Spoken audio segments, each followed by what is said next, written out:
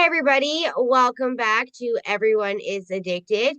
Today's guest, Jennifer, has graciously come on to share her experience and knowledge of addiction. So, thank you so much for joining us, Jennifer, and tell us a little bit about yourself. Thank you so much for having me. My name is Jennifer Chase, and I am a person in long-term recovery. Actually, tomorrow is my 8th year sobriety birthday. Um, those birthdays are more important, I think, for most of us than our actual belly button birthday. Yeah. Excited for tomorrow. But I think additionally, the part that makes my story, I don't know if interesting is the right word, but unique, is that I am a daughter of an alcoholic who became an addict myself. And I also have a son who is in recovery from an opiate addiction. Oh, that must be hard to have a child. Like, that's my biggest fear for when my kids grow up because of the addiction in our family. So, you must be one strong woman to have to go through all of that.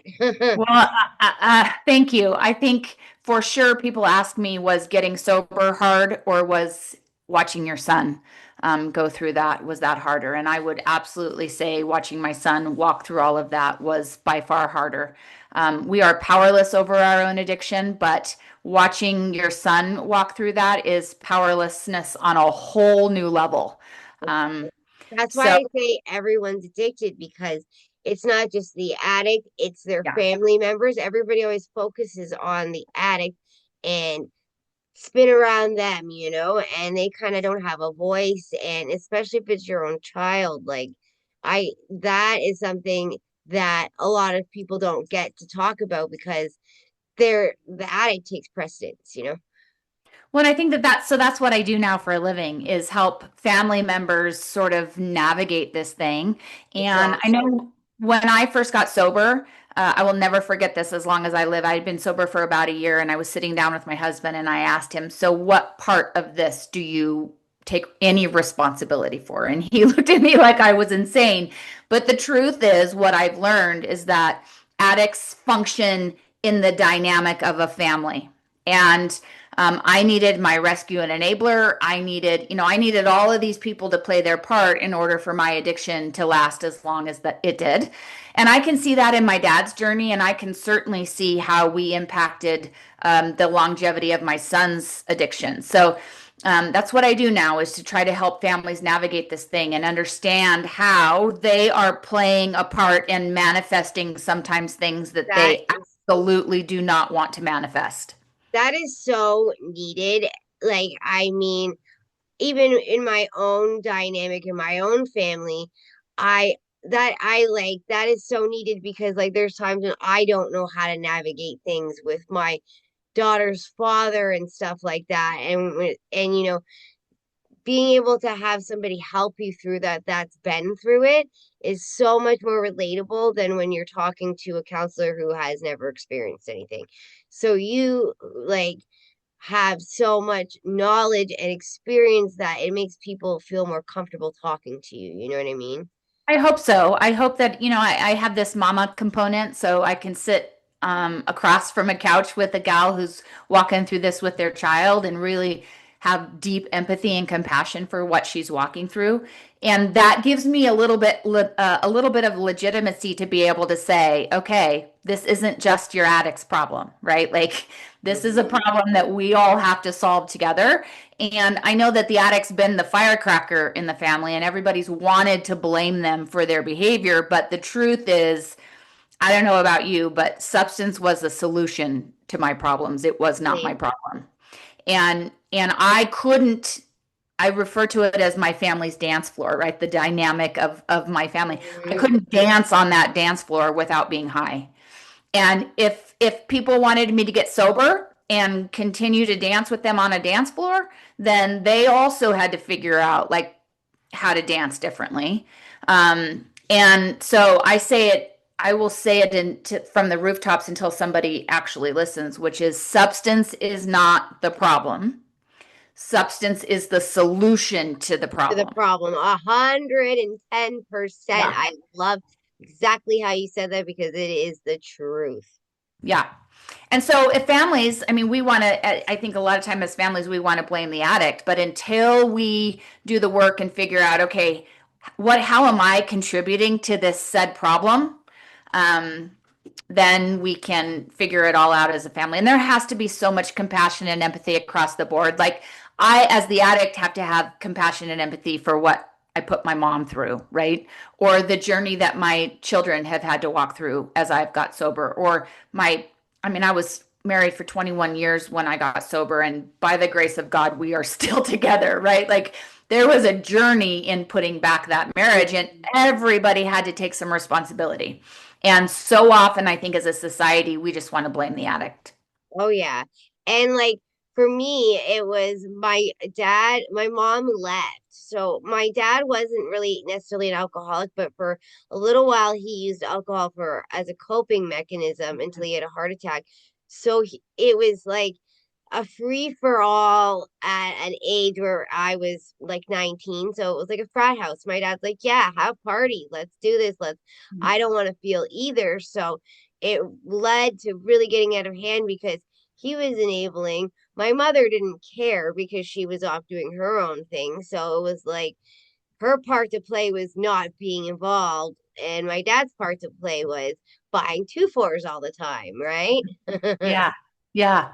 Well, I think too, so in my family, I have found at least four generations down my mom's side and my dad's side Mhm. that suffer with addiction. And so back to the dance floor, like we just danced in addiction. Well, my mom is I didn't also know an it. alcoholic. I should say that too. She's an alcoholic herself and just will not admit it. And her mother had a pill problem. My dad's mother also was an alcoholic. So yeah, it's generational Yeah. too. And because it was generational, I didn't know that it was wrong. Like I thought I was the problem, right? Because it didn't work well, it didn't sit well in my soul, but I look around and I'm like, well, that it just is what it is. And so that's a me problem. Um, and additionally, with so many of us that grow up with that much addiction, I was also sexually abused by my grandfather, who Oh, on my I'm side. sorry. I'm sorry. That, And it happens so frequently in oh my this God, addiction dynamic of generations. that Um, is just hard. yeah. So, and I think that it's important to talk about. I think it's in, when we're talking about addiction and breaking the stigma of addiction, we got to talk about these things. I suffered in silence for way too long until I found my coping mechanism, which was opiates. And it wasn't until when I decided to get sober that I was like, okay, we're gonna have to deal with all of the things that I didn't want to deal with my whole life in order to stay sober. And so that's the journey, is to try to help just untangle this thing. I completely understand that. And like, so my husband was also addicted, and the way I got sober was because he had three heart attacks, because like Mm. massive heart attacks due to us doing pressed pills that we didn't know had other drugs in them. I had gone down to 70 pounds. I was near death from malnutrition. It was just, it had gotten so out of hand because again, I had an enabler, right? Yeah. So Yeah. it was just like when my dad passed away, I got sober because he, after his heart attack, hated drinking, right? 'Cause it's what caused Mhm. it. So when he passed, I knew he hated my drinking, and I really realized I just couldn't live that way anymore. I was just feeling sick. I couldn't do it, right? And Yeah. then my husband gave me Percocet once when I had period cramps, and that was just like, oh, it took all the pain away from everything that had happened with my dad and everything happening after he passed, and it just took it away, and I ran with that for a couple years, and it was just like you said, that dance and that cycle. And like my family never knew about it, and I would never tell them. And because it's a more functional drug than being drunk, nobody noticed necessarily except for the weight loss, right? And that's when people started asking questions, and that's right when the heart attacks happened. So it was all, I think, like put in place in life's plan for that to happen the way it did. Yeah. But it's like I said, like my mom's, she even, because right now, we're in a negative situation where we have to stay with family right now. And my mom, we stayed at my mom's for a week, and she's like, "Oh, you can pay me back with getting me a box of wine." And I'm like, "Yeah, you know I'm an alcoholic, right?" Yeah. Yeah. I mean, It's that's the dance that you're talking about. And that's why this generational thing happens time and time again. I think the other thing that you spoke to that I think is really important is that substance or opiates specifically, you're talking about Percocet, like it was the solution, right? I tell clients all the time, like it isn't until as a loved one who doesn't understand what goes on inside of this brain, it isn't until you start opening up to the fact that there were a million solutions for me, right? I was an opiate addict. I got addicted. Unfortunately, I had a brain tumor in 2003. oh my Um, God. and after they removed the tumor, it kind of led me, well, it did lead me to chronic pain. And so I was being prescribed quite a large dose of opiates in the beginning of the 2000s when that practice was still going on. That's why my And husband got addicted too, knee yeah, injury, and they're just like, "Here you yeah. go," and then nope, no more. And I remember at that time going through very similarly to what you're talking about, which is I could hear my family playing in the living room. My kids were really little and they were having a great time. And I'm in the bed high and I said out loud, like there was 10 other people sitting in the room with me. I said, "Where the hell has this been my whole life?" Because in that moment, I didn't care that I had been sexually abused. I didn't care that my mom was not very protective of me growing up. I didn't care that I felt like my siblings didn't like me and that my dad was an alcoholic and that they had got like all the list of things that had happened right in That my life. And in that moment, I didn't care. it And so felt when I'm great. trying, yeah. And so when I'm trying to teach people that don't understand what goes on in this brain a little bit about addiction, it's like, it isn't until the solution, which is a lot, starts, the consequences start outweighing that we even consider getting sober. Because this Except, is the best thing that's ever happened to us. but deep down, like I remember knowing that it, like I had to stop. I knew I had to stop. I knew it wasn't good for me deep down, but at the same time, it was just that relief that kept me going, and it was stronger than the thoughts of stopping until I Yeah. hit a bottom, obviously, right? Yeah. Yeah. And for me, my bottom was when I found out that I was my son's drug dealer. My Right. gosh. Like That's, that yeah. was and even then, when I have the opportunity to share with other addicts, I say to them, God, I wish that that very moment had been enough, right? Where that very moment of when I learned out that I was my son's drug dealer, I would have said, that's it, no more.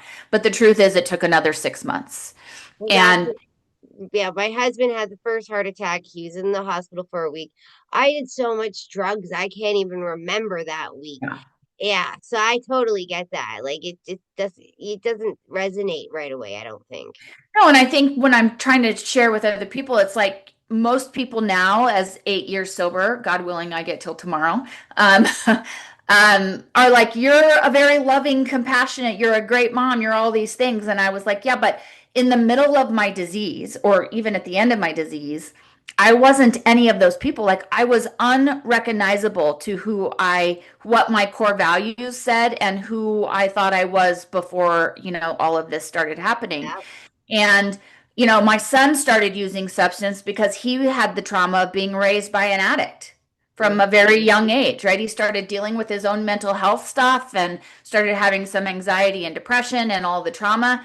And he watched his mama do life by being high. And so he started exploring it. And of course, it started first with marijuana, but quickly led to Yeah. stealing bits. And it was the solution for him. He used for another 3 years after I got sober.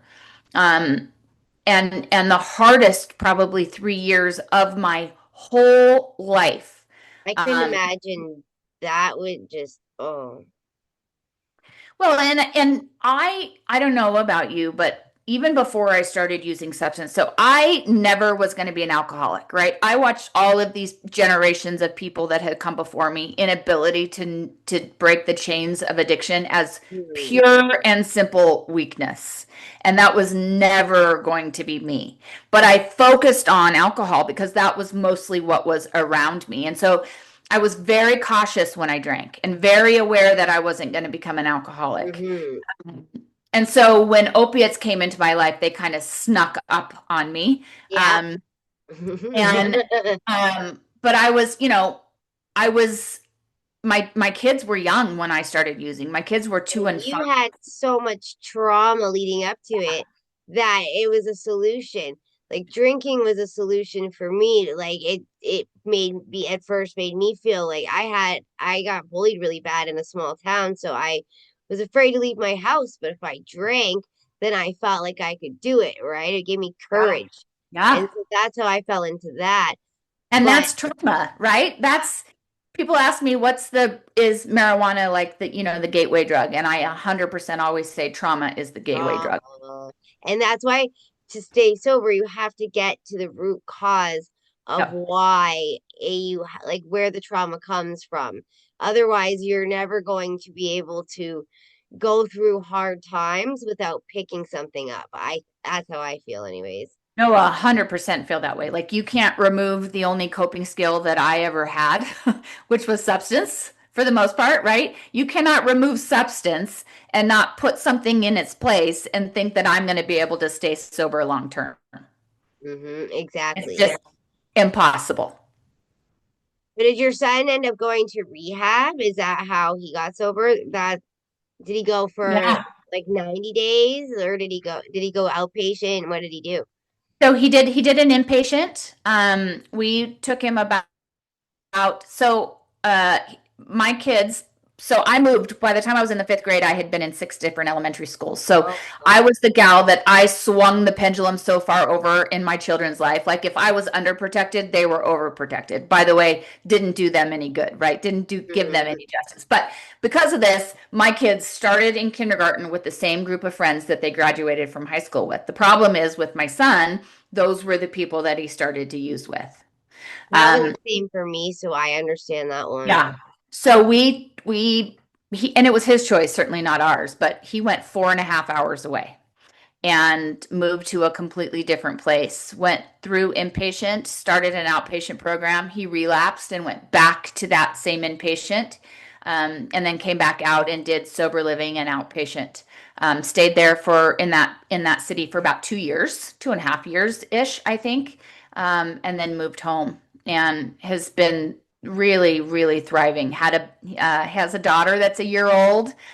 Just bought his first house at 26. That's Um, awesome.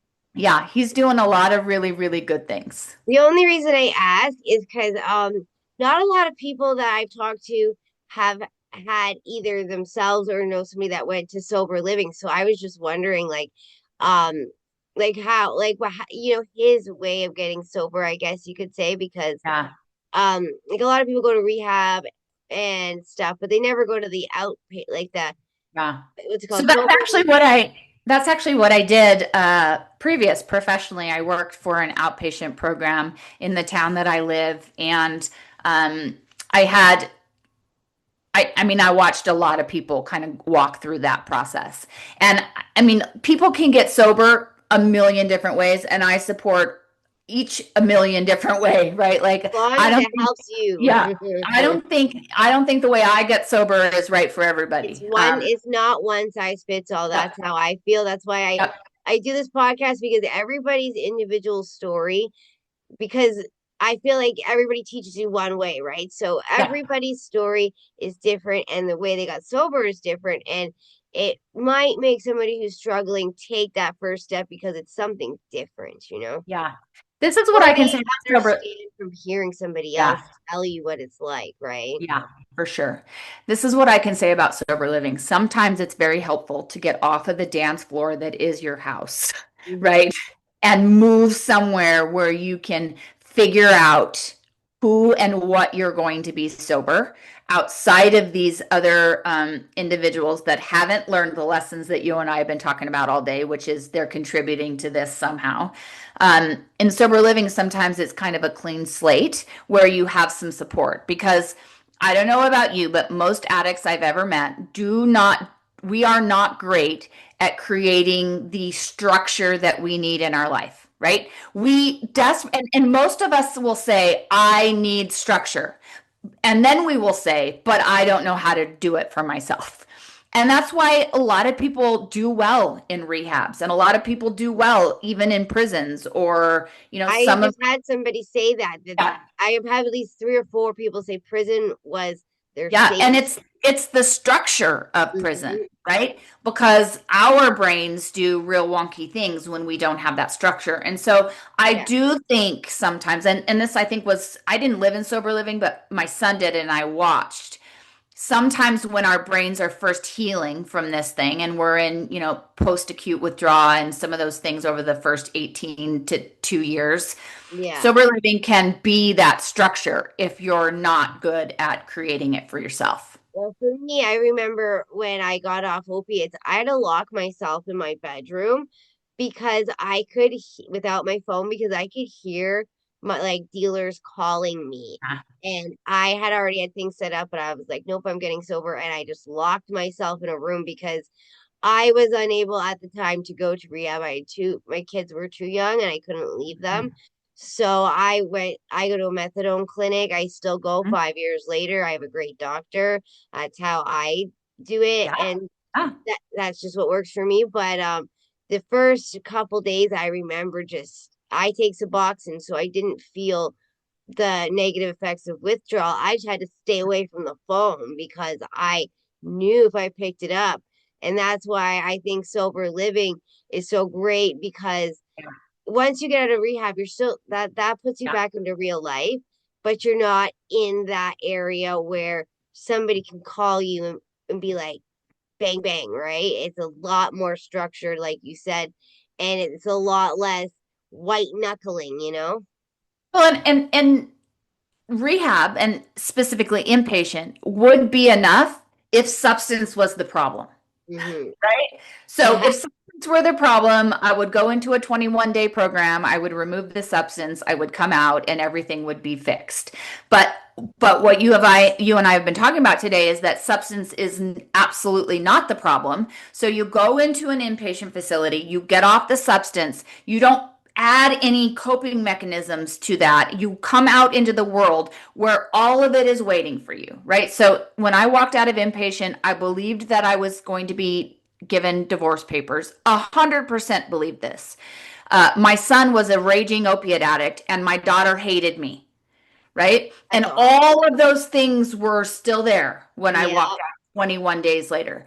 And so if we aren't setting ourselves up, so foundation of inpatient, it's vital, right? To be able to safely sometimes depending on your substance or like physically safe, emotionally safe to detox off this medication. But it is only the foundation to the house. Well, I even know that from a friend who went to a 21-day program and she's been out for about 3 months now and says like she's struggling and she misses the structure and the therapy and all of the support that she was given because it was only 21 days. And she's like, she's struggling because, like, we're both talking about, she didn't get to the root cause of her Yeah, problems, which I already know what they are because I grew up with her and I'm not gonna tell her this is why yeah, and stuff, but you have to figure that out on your own. But I told her like you need to find a way to dive a little deeper and figure that out instead of worrying like because she's back in real life, she's back at home, she's yeah, back with her kids, she's back at her job, and it's just going back into real life without any like coping mechanisms yeah. necessarily, no trauma really realized, even like she's So still that's struggling. that's the substance is the problem model, right? And Mm. wonder why is I say this to families, like what could possibly go wrong? You remove the only coping skill I have ever had and push me back into the world with all of the same stuff going on, and you wonder why I eventually go back to substance. Mhm. And and this is true. I think, you can do this a million ways. You can continue with outpatient, which is what I did, right? I completed inpatient and then I went into outpatient. Super important, stayed involved, got involved. I'm not an alcoholic, but I grew up in AA, Mhm. and continued to do that for a while. Again, both of those things are structure that I needed.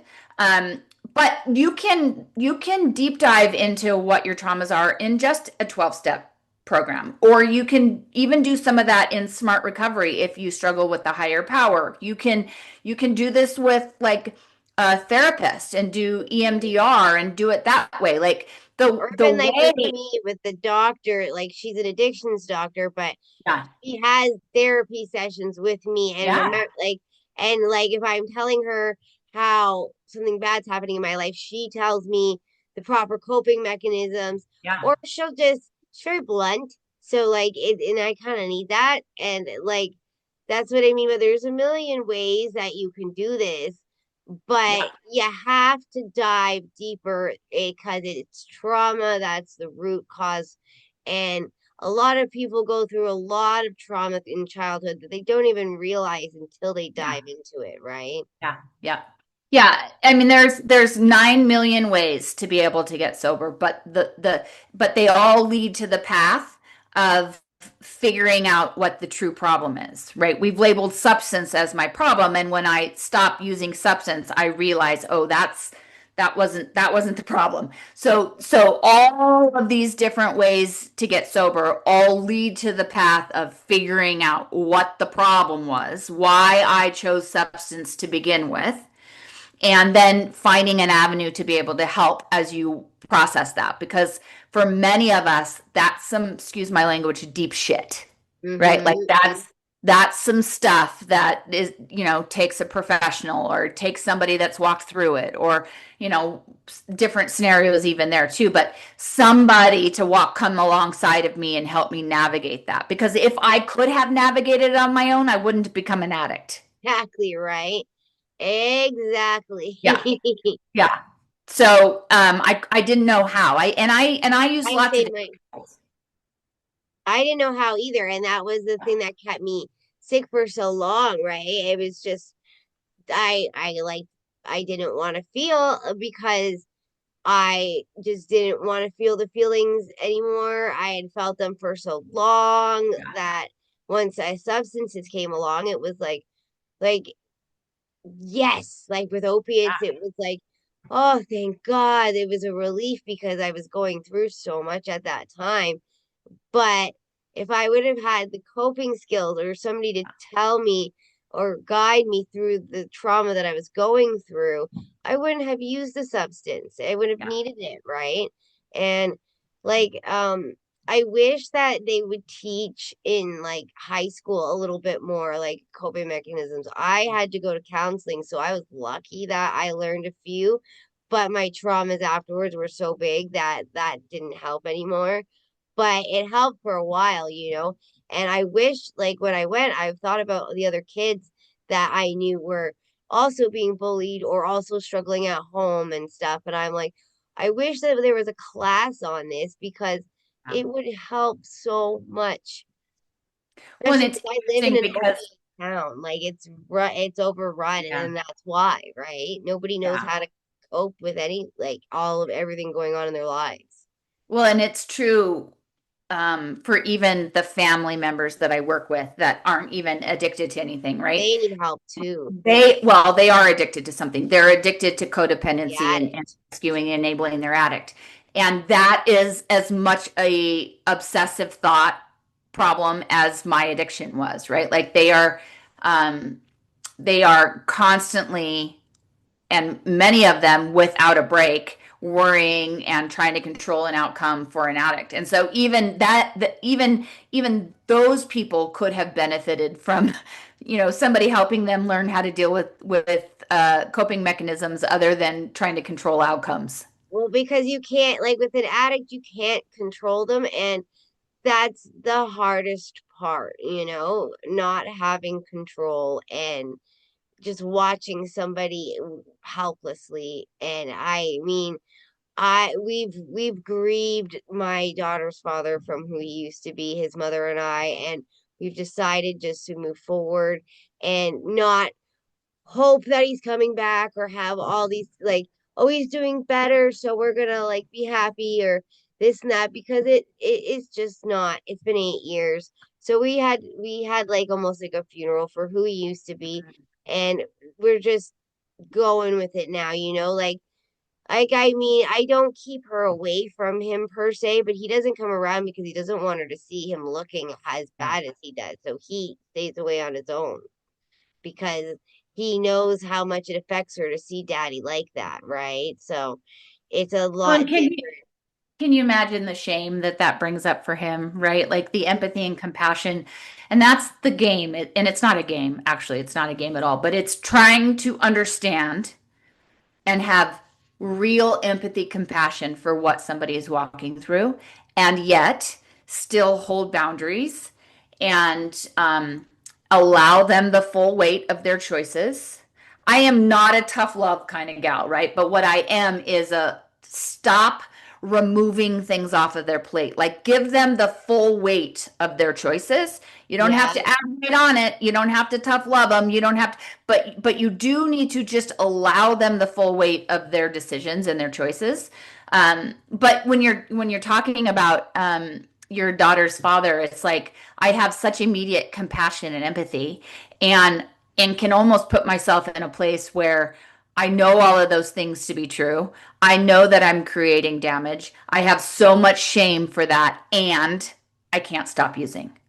The problem too is the problem is his mother is heavily, she's been sober for 30 years and she's heavily involved with going to jails and doing a lot of things to help people. So for her, it's like she has the tools, but because it's her son, it doesn't correlate the way it would if it was just somebody she was sponsoring. You know what I mean? So for her, I watch her all the time, and I feel so bad for her, and I like she would benefit from talking to somebody like you so much, and that's the thing, like they need more people like you that have the understanding from all walk, like all the circle, because you're able to understand and be able to give real coping mechanisms and give real understanding. Yeah. Well, my prayer is, my hope is that as I continue to do this work, more people that can benefit from either myself or other people that do similar work find it. Because I remember what it was like making decisions out of fear every single moment of the day when it came to my child, every single day. And the idea that I ever would stop making decisions out of fear made me feel like I gave up on him, right? And I had so much shame about my own addiction and how he had gotten to where he was to begin with, and the responsibility that I took for that, that it was really hard to do what you were talking about, which is to see it from a perspective of this isn't about me. This isn't about my fear. This is about what does he need in order for us to not contribute any longer to his addiction. Mm-hmm. Because the longer as family members we contribute to the addiction, they will stay addicted longer, right? So this is what I'm talking about. We manifest the things that we don't want. So I don't want my child to use anymore, except I do all of the things that keep it rolling for a Mm-hmm. much longer period of time. And it takes courage because it takes me looking at my own fears. It takes me looking at my own fears and then behaving outside of that, which means like behaving in his best interest rather than my best interest. Um, and it's work. There's no doubt. People share with me all the time, this is the hardest work I've ever done. And I I can agree with them. imagine. I mean, by far it is. So do you take how do you do clients? Do you do one-on-one, or do you do virtual workshops? Like what, how do you do it? Yeah, so I do a little bit of all of it. So I do individual sessions, in person if you're in my area, but I also do them virtually. I'm on the west side of the country. I have clients that are on the East Coast and Well, I'm some in Canadian, that's Chicago. why I say that. If Okay. anybody Yeah. like if with your links Mhm. and stuff that all that, if they Yep. contact They you, all. I'm from Yep. Canada. That's why I wanted to know if you did it Yep. virtually. Yep, do it all virtually. And additionally, I do coaching calls. So twice a week, I have a subscription to coaching calls, which can be super helpful for people as well, especially if they're just not quite sure they want to do this on an individual basis. One of the most important things to me is community. So when I got sober as an addict, I realized that connection was the most important part of my journey of recovering. And I needed my people. I needed my people to do this work with. I couldn't do it by myself. If I could have, I would have, right? And when I started working with families, I realized that it's no different for families. Like it's so isolating. All of a sudden, you have nothing to talk about with your friends, right? All of a sudden, you can't go out and socialize on Friday because nobody knows what's going on your house on Tuesday night.